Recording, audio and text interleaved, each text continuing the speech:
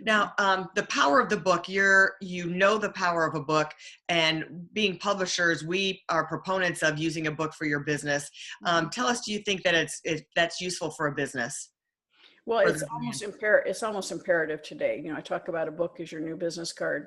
Um, every one of us is an expert. Else has walked in our shoes. Nobody else has had our successes or our failures and learning opportunities. And so I tell every audience, you are all experts. Now, how do you go from being an expert to an authority, to becoming an authority in your industry? And one very strong way to do that is to write a book. And it may be as easy as, what are the top 5 questions people ask you in your business? What are like a real estate agent, what are the top 5 things you tell people who want to sell their house? What are the top 5 things you tell people who are looking for a house? And document it, write it, and do an ebook, do a print on demand. But just by the fact that you have a printed book, a book that you become an author, gives you the ability to become an authority, not just an expert. We get asked the question all the time, what's the ROI on my book? Am I going to sell 1 million books?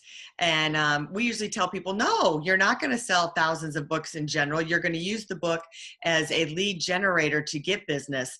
How do you find that? And what do you tell authors and business owners about that for the book?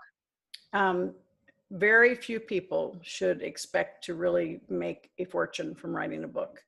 That is not the intent, not the purpose of a book. And certainly in the world of publishing today, you want a book to help you establish your authority. It helps you get your message out there. It gives you something that allows you to leverage your message, because when you get the book out there and people find it, it can create speaking opportunities. There is definitely an ROI, but you have to work hard. People think they're going to write a book and it's going to sell itself, or they think their publisher is responsible for selling it. As an author, you are the one responsible for selling your book. And so don't rely on any publisher they may have marketing plans and you want to hold their feet to the fire to make sure they do that.